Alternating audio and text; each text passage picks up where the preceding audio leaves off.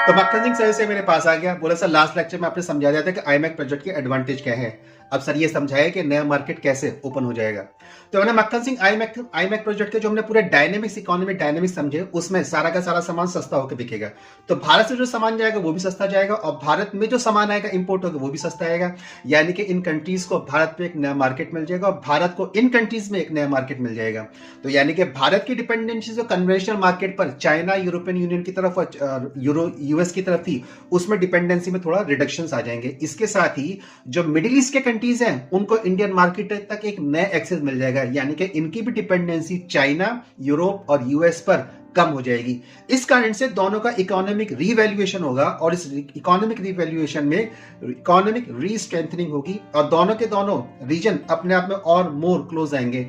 और मक्खन सिंह हमेशा ध्यान रखना, जब दो व्यक्तियों के बीच में पैसे का लेन देन होने लगे, यानी कि वहां पे विश्वास बन चुका है, और उसी विश्वास में मिडिल ईस्ट और इंडिया के बीच में नए इकोनॉमिक रिलेशनशिप बनेंगे, और ये इकोनॉमिक रिलेशनशिप मिडिल ईस्ट के साथ साथ सेंट्रल एशिया तक पहुंचेंगे। यानी कि central Asia, middle east, Europe और इंडिया का एक नया इकोनॉमिक डायमेंशन बनेगा। और इसी में इंडिया और ब्रिटेन का जो भी फ्री ट्रेड एग्रीमेंट हुआ है, ये इसी की एक परिणति है, यानी कि इसी का एक आउटकम है कि ऐसा कुछ होने वाला है, तो पहले इसकी एडवांटेज यहां पर ले लीजिए। जब ये नया मार्केट पूरी तरीके से ओपन हो जाएगा तो इंडिया, अब आप देखेंगे ये सारे के सारे जो भी कंट्रीज हैं ये ग्लोबल साउथ में काउंट कर जाते हैं, और इंडिया इस समय ग्लोबल साउथ को लीड कर रहा है।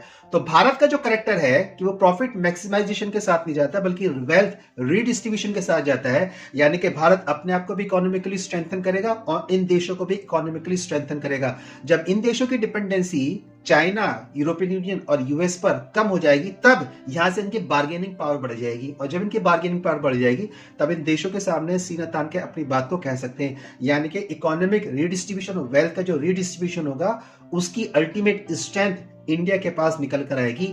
यह है आईमैक प्रोजेक्ट का एडवांटेज। इसलिए इंडिया इस प्रोजेक्ट को इंप्लीमेंट करना चाहता है, और किसी भी स्थिति में यूएस और चाइना नहीं चाहते कि इस प्रोजेक्ट को इंप्लीमेंट करा जाए। इसलिए भारत के प्रधानमंत्री इस समय मिडिल ईस्ट के दौरे पर हैं, और आज वो इस समय ओमान में है, और बेल्ट और रोड इनिशिएटिव का ये काउंटर प्रोडक्ट है। यूएस भी कभी नहीं चाहता है कि इस प्रोजेक्ट को किसी प्रकार से इंप्लीमेंट कर दिया जाए। भले ही उसने अपनी सहमति दे रखी है, लेकिन अंदर अंदर यूएस चाहता है कि ये प्रोजेक्ट किसी न किसी तरीके से डिलेड रहे। तो ये होती है रियल पॉलिटिक्स। आप अपने दुश्मन के साथ व्यापार भी करते हैं, उसके अंदर अंदर काट भी करते रहते हैं। इसको बोलते हैं इंटरनेशनल पॉलिटिकल डायमेंशंस। चैनल को सब्सक्राइब कर लीजिएगा, वीडियोस को लाइक कर लीजिएगा, और इसको अधिक से अधिक सपोर्ट करिएगा। वेबसाइट को जो विजिट करिएगा। Thank you.